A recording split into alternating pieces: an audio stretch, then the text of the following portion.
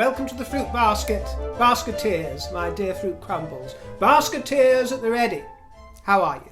I had a really lovely morning today. I went to the charity shops to pick up some costumes and wardrobe items for the forthcoming broadcast. You know, I usually bring, well, anywhere between 10 and 20 broadcasts to you each month, and I like to bring something different, something amusing for every broadcast as much as I'm able to. And it takes quite a lot of shopping in the charity shops, and I haven't had a very successful time in the last few weeks. This morning, every shop, one after the other, yielded fabulous fruit, including this top. This was one of them, which is really rather nice, isn't it? It was absolutely perfect, but the star find was behind me, and you might be able to guess why I'm so enamoured of it, although it doesn't look much in the shot as it is, but I can tell you it really looks lovely on this gown with capes to the shoulder, and it's got a sort of glimmering mermaid effect going on here, and it's got a delightful taffeta-esque fishtail at the bottom. And if you've been watching, you'll know why it leapt out at me, and I felt that I was destined to have it, because it reminded me in some ways of the sort of Elsa costume that Blackpink was wearing. Lisa, that was it, wasn't it? Lisa from Blackpink. Her confection, her pale blue confection. It's not exactly the same, but it really put me in mind of it. It's got the same cape thing going on, shoulder streams. I'm not sure what the real wording for it is. And it shimmers, I've been prancing about it, my dear. And it's by a brand, I was going to save it for Tip Jar Corner to show you, but I was too excited. I thought, I've got to show it off to my fruits. Where's the label? I can't find it now. Well, there's the tag. Yeah, charity shop, £15 from the British Heart Foundation. So it's going to charity, who cares? And it's by Giovanni. I hadn't heard of Giovanni, but I looked them up. I tried to find this gown, but I couldn't with a quick Google. But their gowns seem to go for anything from 100, 200, sometimes 300 more. So £15 can't go wrong, can you? And I'm sure I will bring it to you in a forthcoming broadcast. And yes, I will try to capture myself full length twirling around at some point. I promise I will do that in the future with some of my longer gowns that I've never shown you full length. Yes, you will be able to see if I've got legs and what they're like. I shall show them off for you, my dear. Isn't it wonderful? It's just, I think this particular sort of blue puts me in mind of Cinderella stories that I read as a child. They're baby pinks and golds and blues, wonderful with the glimmering taffeta. Ooh, exciting. Another thing that excited me, for those of you that enjoyed my very simple milk and honey recipe a few weeks ago, just milk, maybe a dash of double cream, a spoonful of honey and nutmeg grated over the top, and you gave me lots of ideas. Well, I found something else that goes so nicely with it. No, I'm not sponsored. I'm not sponsored by Flavita. I'd never heard of Flavita. This brand, I picked it up from, I think it's one of those news agents we have here, Premiere, I think it's called. They're usually run by Indian gentlemen. I'm not sure if it's an Indian enterprise, but I looked up Flavita, and this is an Indian brand, Indian-owned brand, I think. Flavita Faluda drink, rose flavour. And it's very much like Turkish Delight, obviously, being rose flavoured, but I use some of this to top up the milk in the milk and honey, and it brings a wonderful sort of piquancy to it. Aromatic, I suppose you could say. Middle Eastern delights of the Turkish. You know, it's like a Fry's Turkish Delight without the chocolate on top, but of course you can enjoy it with a piece of chocolate, and then you get the flavour of the rose and the milk chocolate. Wonderful, wonderful. It's a rose milk, and it's got sabja seeds in it, or sabia. I don't know how it's pronounced. Apparently that's the same thing as basil seeds, which doesn't sound very appetising, does it? But it gives it a sort of bubble tea feel and texture as the seeds come through onto your tongue. Very nice, beautiful flavour. I'm about a third of the way through the Omid Scobie book, Engame, about a third of the way through. There was no way I could do it in one sitting. I had to put on wading boots and protective gear to wade through that foul water, that filth, that sewerage, really. And I wouldn't have minded if it was entertaining in some way. or had some sort of humour or a new idea in its head, but I can say in all honesty and all authenticity and all earnestness that it is crap. And aside from the poor writing, the pedestrian thinking, that is the more important thing to me. It's boring. Don't waste my time. Do you know what I mean, my dear? I mean, there's no way I would read it unless, of course, we were invested in this whole story. And it's important for us to discuss this and the reaction to it. But it actually has a lot in common, this book, with the Tom Bower tome. Yes, it does, although his was better written. But I found that stultifyingly boring as well. And I realise some of you were fans of it, but to me it was reams and reams of news stories that we already knew about. I suppose it was useful as a compendium, if a compendium were needed, but no new information whatsoever of any importance, of any notes, and also extremely skewed. So yes, this is skewed supposedly to the Harkle's favour, but as we see and as we can feel, not so fast. I don't think that it's elevating them in public favour whatsoever, quite the opposite in fact.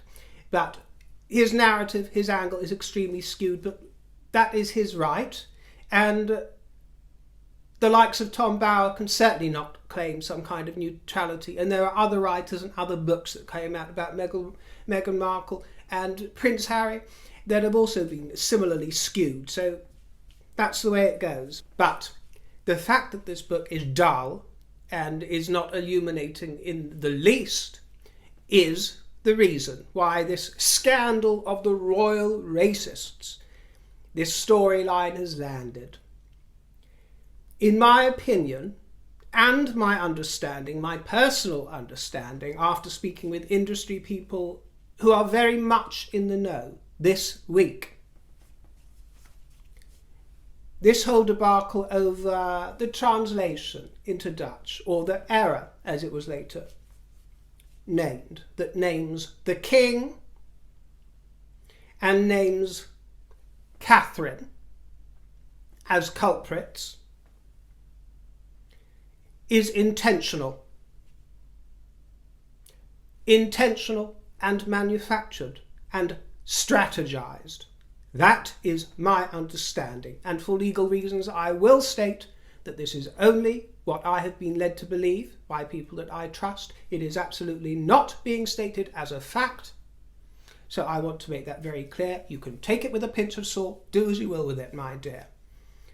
But for legal reasons I must state that, and Omid Scobie himself says there's never been a version I've produced that has names in it. But it is my personal hunch and my opinion, which very well might be wrong. It is my opinion, my understanding, that what you've seen is deliberate to generate press coverage and garner sales, and it has been, from that angle, an unmitigated success. The work, so far, I'm a third of the way through it, is not a success whatsoever. The reviews, certainly, haven't been praising it as some sort of literary success or masterpiece. But as for sales, merchandising, and getting people talking, and bums on seats, yes, yes, yes, yes, it cannot be denied, my dear. The clue is in the title. Yes. The end game for Mr. Scobie has never been to raise and exalt the Sussexes and improve their profile and their reputation so that everybody loves them. No, my dear, no. The end game is to make money. So a lot of people seem to be thinking that Mr. Scobie will be going through things this week. Well, his bank balance will certainly be going through a few things, my dear, from strength to strength. On the fuzzy end of the lollipop, his reputation has taken a huge, huge battering, if some of you want to take some solace in that. The reputation is an entirely different matter, my dear. But as for sales, well, they've played a blinder. Everybody's talking about it. Drama needs conflict, my dears. And there was no new conflict to throw down in the book. None at all. What we can say, and what we have learned, if we didn't know already, is that if Mr. Scobie has been passed information by the likes of Marcus Anderson or any other character from the Harkledom, what we've learned is that that source, that fountainhead, if you will, can only be Harry and Meghan. It can only be them. Which can only mean that they are indiscreet. They are outrageously reckless. And it proves that they could never, ever have been trusted. So if anybody had suspicions about Meghan or knew what Harry was like, it was for a reason. They are children. They are children. And the only people that they have seduced into their worldview have infantile Fruit Loop minds. They are kids as well, my dear. Haven't you noticed those fruitcake types? They haven't evolved, they haven't grown up. Some of them have got issues and tissues and all kinds of schnot and trauner. That for some of it, perhaps we should have some sympathy and compassion. But my compassion and sympathy ends when they try to make other people's lives a nightmare just because they're going through something. And if Catherine's name has been besmirched in the way that we are told, then we can also understand Prince William's total incandescence over this whole charade. And do you remember, it's Catherine that was mature enough to try and initiate conversation with her brother-in-law at the funeral of the late Duke. Yes, it was Catherine. Speaks to her maturity, doesn't it? That sullen child sloping along, expecting them all to run to him with apologies. And as he told us himself after the funeral, meeting his father and brother in the gardens and wondering to himself how William looked so aged and so old, nothing like Mummy anymore, and Pa asking me, Harry, oh boys, please don't make the rest of my life a misery. Please don't make the rest of whatever it was he said. Don't make my life a misery, boys. Well, that was directed at Harry. He was kind and courteous enough to involve them both so that Harry wouldn't feel intimidated and threatened. Say, boys, boys, boys, please, don't make my life... No, it was at you, Harry. It was at you. But he knows he can't get it through to you. There's no talking to you. So he has to resort to these stilted niceties and can never have a proper conversation with you. And you wonder why. Don't you want to see your grandchildren, Pa? That is the way that these kind of characters operate. I've met a few. I'm sure you've met a few. Harry has tried to ruin the king's life and legacy and loves everything that he holds dear, including the Commonwealth. And then when the king has a bit of a problem with that and doesn't want much to do with the Montecitans. But don't you want to see your grandchildren, Pa? Don't you love them? I mean, how could you be so cruel that you don't want to see little Archie and Lilibet? And my wife, you don't want to see them. Well, go figure. Stop twisting it. What do you expect him to do? Snog you? Well, we've already heard from Piers Morgan, haven't we? And sometimes it's rather fun when he pipes up. And this retort was a flat-out denial. In fact, it was a rejection of what Omid Scobie has told us. Because Omid Scobie told us that Piers Morgan enjoys regular chats on the phone with Queen Camilla. Nope. Wrong. Never had a phone call with her in his life, Piers Morgan says. Now, Piers Morgan does not elucidate, he does not tell us if there are other forms of contact, but there have been no phone calls. There is a fondness between Mr. Morgan and the Queen, but that doesn't mean, as much as she enjoys a little conspiratorial whisper from time to time, it doesn't mean that she doesn't remain an immaculate royal, because that is exactly what she has been. From the moment she married the future king, she has been and behaved as an immaculate royal.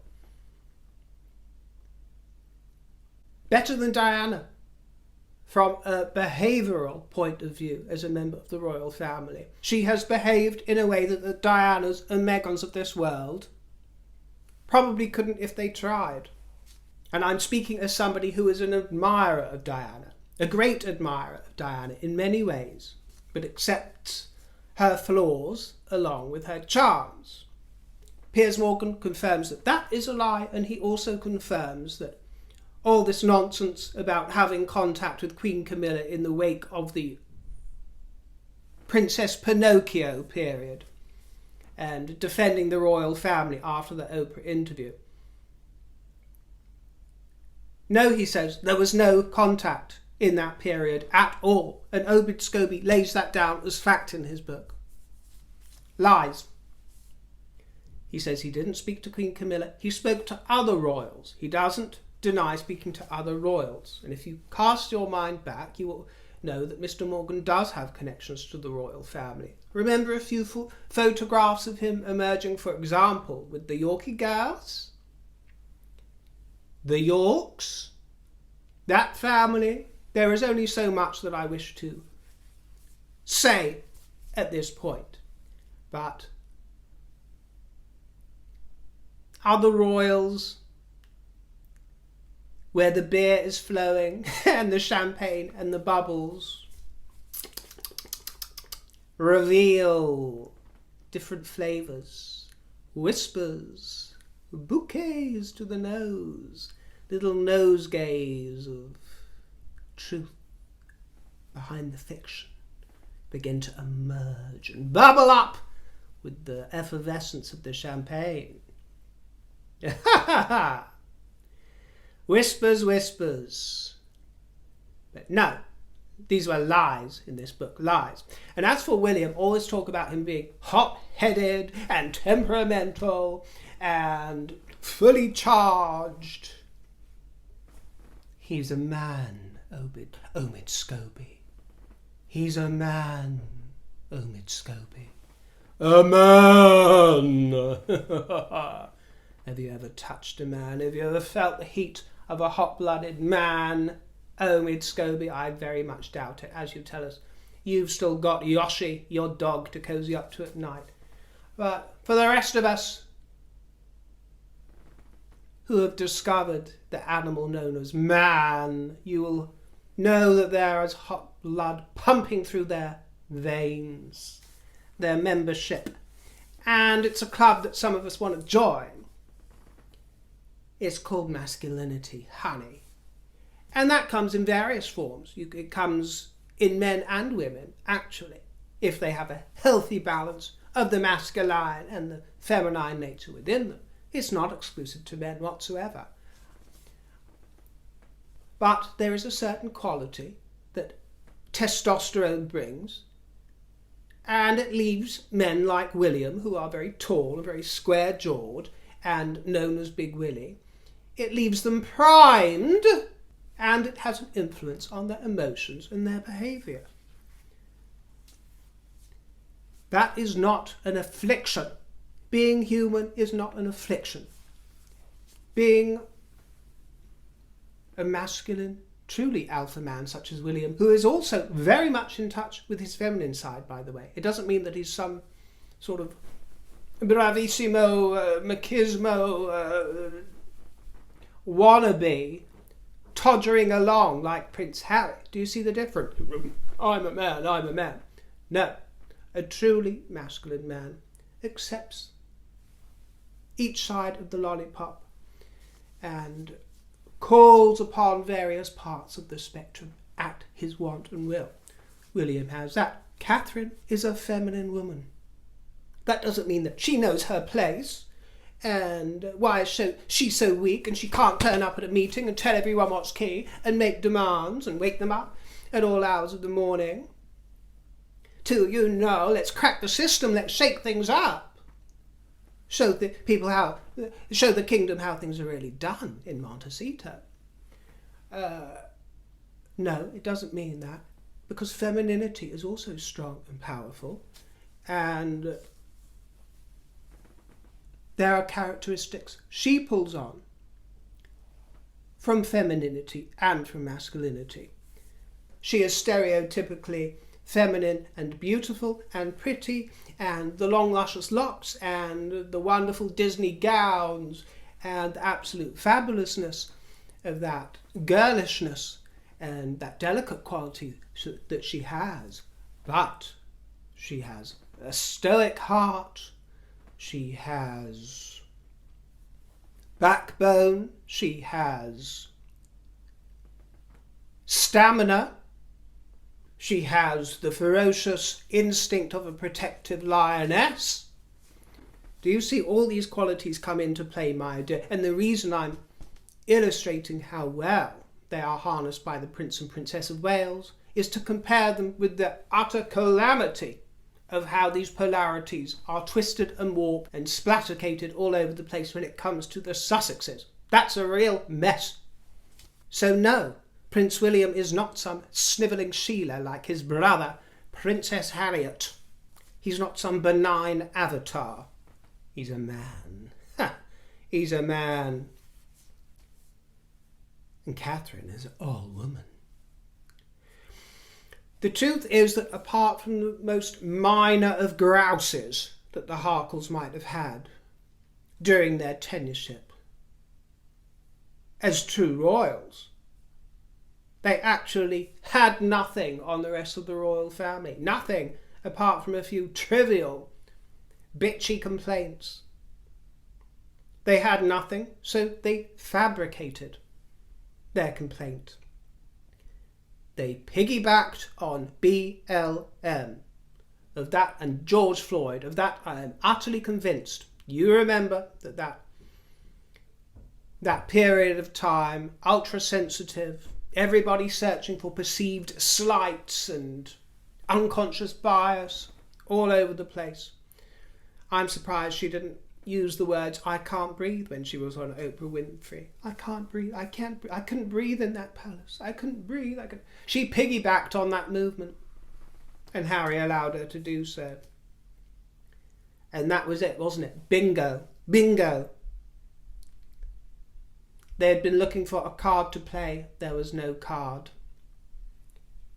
Then they found one. The joker in the pack pops up. The race card. Oh, never fails, does it? Because everyone clutches their pearls and is petrified. Don't call me a racist, please. Anything but a racist. Anything but a racist. They were the racists. Harry and Meghan were the racists. And it was exquisite timing. It was exquisite timing for them because they got a lot more sympathy back then, and a lot of people suddenly sat up straight and listened. Oh, so poker straight. Oh, racist? They said the magic word. To Oprah, no less. To Oprah. What? What? Yep, they got it just right. But they weren't planning and banking on the long game. I didn't believe their accusation then, and I do not believe it now, not for one single second, whether it's about Charles and Catherine,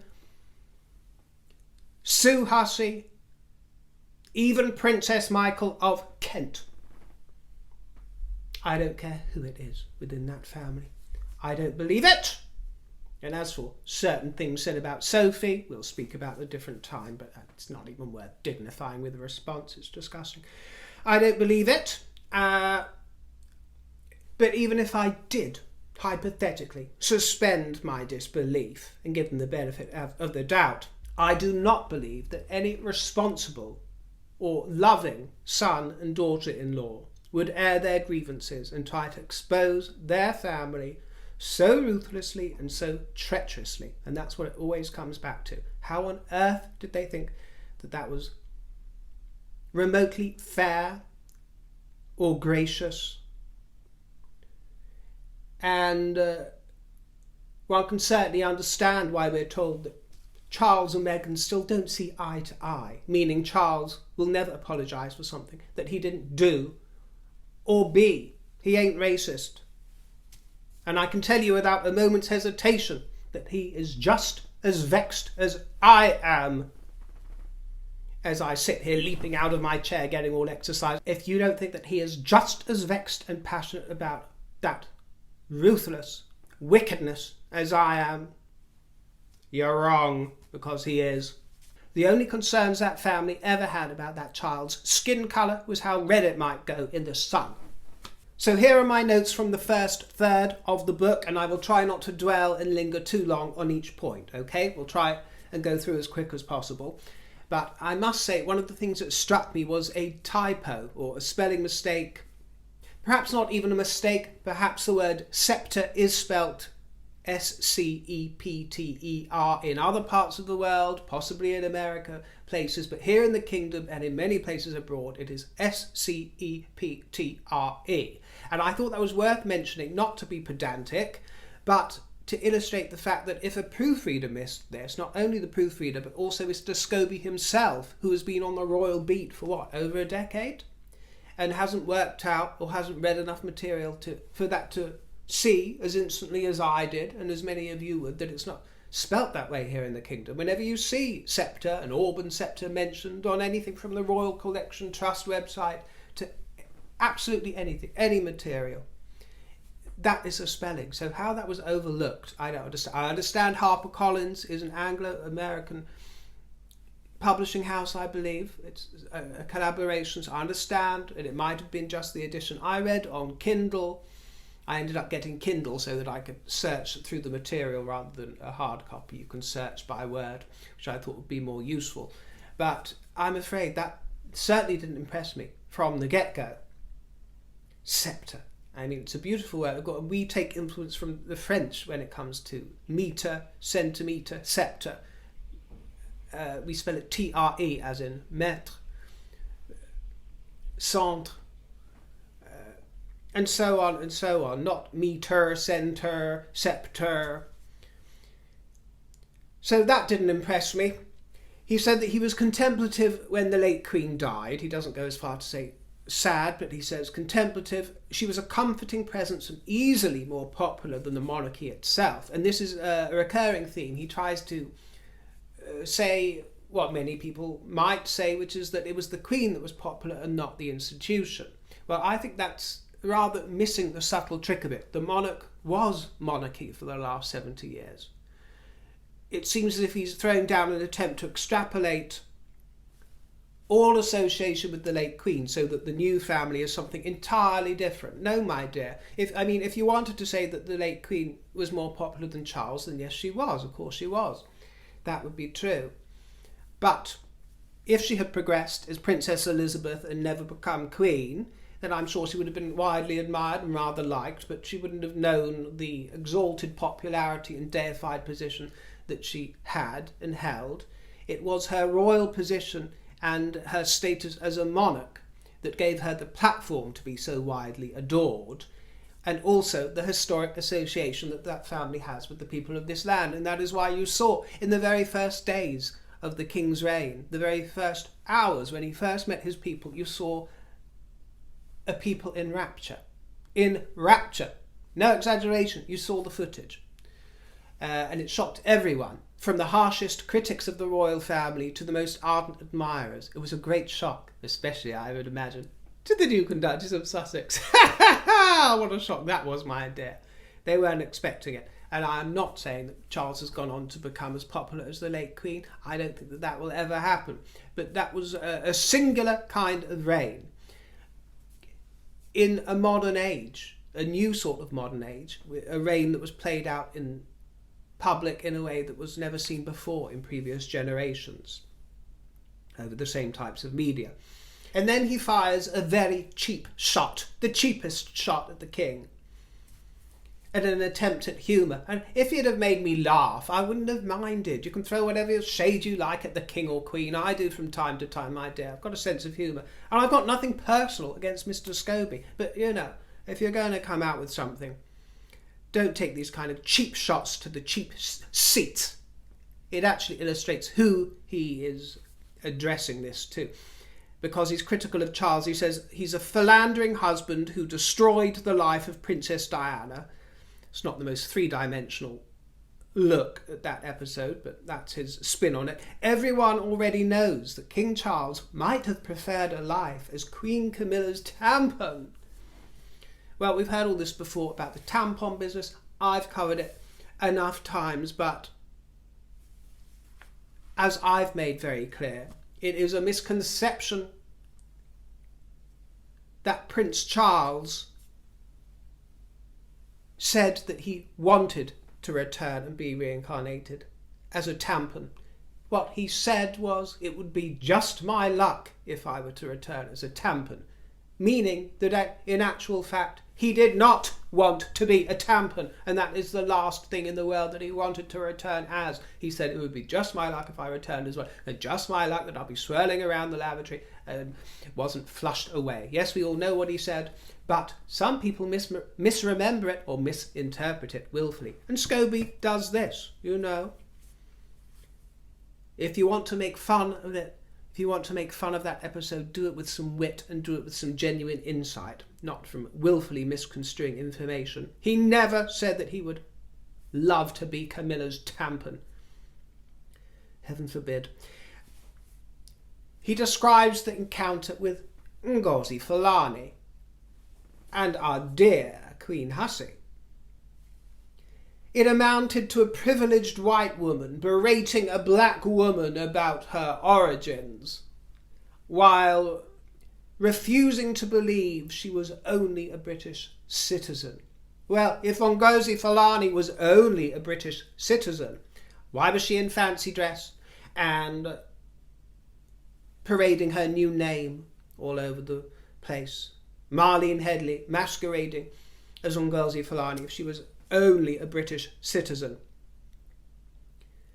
I ask you, this is what he dares to call a lovely, lovely woman such as Lady Susan Hussey, a privileged white woman berating a black woman because she was inquisitive and curious and probably has a bit of humour about her. The way that he dresses it up in this book, like some sort of screamer, some sort of screamer that he is, screaming and flaming, pink flamingo that he is. He squeals about it in this book, about that whole incident. He's so shocked. How could she? Why was she there in the first place? How dare she be there? This is supposed to be a diverse institution. Diverse. Keep going on about how the lack of diversity in Buckingham Palace. Have you seen the footage from all the royal gatherings and events from the last few years? I mean, you'd be forgiven to think, if you're watching this from the outside looking into the... You have to be forgiven for not knowing that over 8 out of 10 of us here in the kingdom are still white and Caucasian. Because, I mean, you want more diversity? For a start, why? Diversity isn't exactly helpful to the national psyche. And for another thing, we have quite enough of it, my dears, and we showcase quite enough of it. And he speaks as if it was the most outrageous thing in the world that she wasn't put out to pasture when the late Queen died. What is she doing there? He asks. What? An old woman? Someone you perceive as white and privileged? Not diverse enough for you? Apparently not. Too old. She's a retiree. Why was she even invited there? Because she's a precious part of that institution. William's godmother. And has every right to be there. What right do you have to sniff around looking for truffles? Ageism. He says that her behaviour was disgraceful and intrusive, and it was unwise to put her in a public-facing position with such a diverse crowd. Can you believe it? Can you believe that he gets away with it? People get away with saying this kind of thing about a perfectly harmless, lovely lady and dear friend of the late Queen's. How dare she be put in a public-facing position? Can you imagine if you were talking about a black lady or a brown lady or any other colour under the sun except white? Put them in a public-facing position with such a diverse crowd. Why should it be any different for an old white lady, an old posh white lady? Why exactly? Especially one that makes most people feel extremely welcome. In fact, everybody except Ngozi Fulani, who saw an opportunity and grabbed it with both claws. And he tells us that his sources tell him that Charles did not share the same approach as William, who shut down Susan Hussey very swiftly, didn't he? And I think that William was wrong to do that. Wrong, wrong, wrong. I'm quite wary of William, as much as I admire him and like him. After that episode, and some of the other more wokey things he's come out with, I have noticed a few lately here and there that make me bristle. So I've got my eye on him. Don't ever mistake my enthusiasm for sycophancy, because I am not a sycophant to anybody. Maybe Judy Garland. But he suggests that Charles agrees with me that it was a rash, knee-jerk response. He calls King Charles's reign transitional, that William understands that Charles's reign is only transitional. You know, everybody's waiting for William. Well, let's say that King Charles lives to the same age as the late Queen. That gives him about 20 years, 21, 22 years. Could die tomorrow, could die when he's 105, who knows? But I believe that the average reign of a British monarch, and I only Googled this very quickly, so I might be wrong here, but I believe it's around 30 years on average. So if that's true, well, he's only 10 years out of the average reign, and there have been plenty of reigns that were shorter in length. They're not all long winding affairs like the late Elizabeth's or the late Victoria's, not at all. Many of them are very short. All reigns are transitional. That is the very nature of them. That is the very nature of a hereditary royal family and a monarchy. But you can't scoff at what is potentially a reign of 2 decades or more. It's still a substantial sovereignty. He goes on to criticise King Charles's fountain pen moment as a tantrum when he was talking about his bloody pen. You know, he threw a huge tantrum, and he's really, really reaching for drama here, because he misses the point that most people enjoyed that tantrum. He seems to suggest that it exposes, you know, how volatile he is, how grumpy he is all the time. Well, the vast majority of people that watched the clip of that enjoyed it, laughed at it, and recognised themselves in it. And no, he is not as composed as the late Queen was. He's Charles, he's a different person. Not every monarch in history was exactly like the late Queen Elizabeth. Quite the opposite, in fact. They all have their own personality and bring something new to the table. Pros and cons, I'm sure, in every circumstance.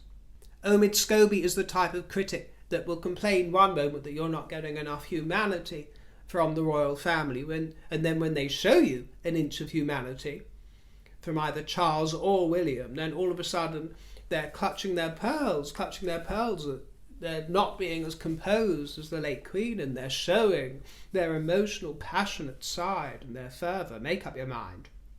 And he claims that that fountain pen moment, and also that moment at the Ascension when he summoned his help to come and take away a tray of pens and I think it was an ink pot or an inkwell. He says that made Charles appear ill-prepared for and uncomfortable in his new role as king. I ask you, that was actually a rather endearing moment. The truth of the matter is that the king has behaved more or less flawlessly since he became king. And so Mr. Scobie is picking over bones, trying to find some meat and flesh, but there's nothing there, so he's just gnawing away at those chicken legs. Well, you know who they belong to. Another little typo or error that I picked up here, because he talks about Charles's crusade for issues like sustainability and alternate medicines. No, not alternate medicines, alternative medicines. Or alternative medicine. Honestly, these are rookie mistakes. He claims that few even noticed Charles's royal activity, such as you might remember when he went dancing. He was dancing with Anne Frank's surviving stepsister, who I think is in her 90s or was in her 90s. They had a nice dance together at a Jewish community event. He claims that this went under the radar, few even noticed. Well, I disagree. I thoroughly disagree. Bearing in mind that a lot of these kind of village hall activities, if you will, none of them ever made splashes on the front pages every day of the late Queen's life either. Lots of these sorts of visits went under the the headline radar and made more like the middle pages of publications. But I did actually look up that particular incident. I just had a very quick search on YouTube, for example, and I found that there were 407,000 views on that unofficial royal family channel of that dancing at the Jewish Centre. There were 56,000 more views on the Telegraph website, and that was just for starters, because I can remember it appeared all over social media as well. You know how it does in little TikTok segments and Instagram, however they do it. So I would imagine that actually ran into the millions of people who saw that. So as for few even noticing it, actually it was all over the place, just that little visit. So get your facts right. You are really reaching, Omid. And also, I thought it was inelegant that they use the word candidness, Harry's candidness. I realise that is a word, but I think Harry's candour would have been more elegant. Harry's candidness sounds inelegant to me, but perhaps it's an inelegant book. At one point, he refers to Catherine as Kate, the Princess of Wales. Well, I don't mind the fact that he or anybody else calls her Kate. I know it annoys many of you, but I don't care at all about that. I call her Kate most of the time. I just so happen to refer to her as Catherine here on the broadcast. Her friends and associates all call her Kate. She's Kate, but we understand officially Catherine, Princess of Wales, not Catherine, the Princess of Wales. If you don't put her name first, then she is the Princess of Wales. If you put her name first, whether Catherine or Kate, then you follow it up with Princess of Wales without the. But here she is presented as Kate, the Princess of Wales. And again, you can excuse this from other quarters, but A, a proofreader should look at this kind of thing, and B, somebody who's been on the royal beat for many years and writes about them and it's their job should understand this. Maybe he does understand it, but still wanted to throw it down. But that's not cricket. And regarding Charles allowing Prince Andrew to be present at the Easter service, he says that Charles appeared unconcerned, still blithely aware of the message that this sends to the public. Well, perhaps the king is actually keenly aware of the message that it sends to the public. Perhaps the king isn't lily-livered and totally cowed by public opinion, and he cares about his brother, as the late queen cared about her son, who had spent a lot of his life working and devoted to the royal family. Perhaps the king's thinking had been that his brother had been unfairly and grossly vilified in a way that was all out of proportion and had been hung, drawn and quartered, and wanted to show some compassion and understanding. So I will continue to trawl through this tripe and see what we come up with, and I'll come back and share my notes with you. Thank you for your company today, my dears. I appreciate it very much, and I look forward to seeing you in the next broadcast. Have a nice evening. Take care, won't you, my dears, and toodle pip.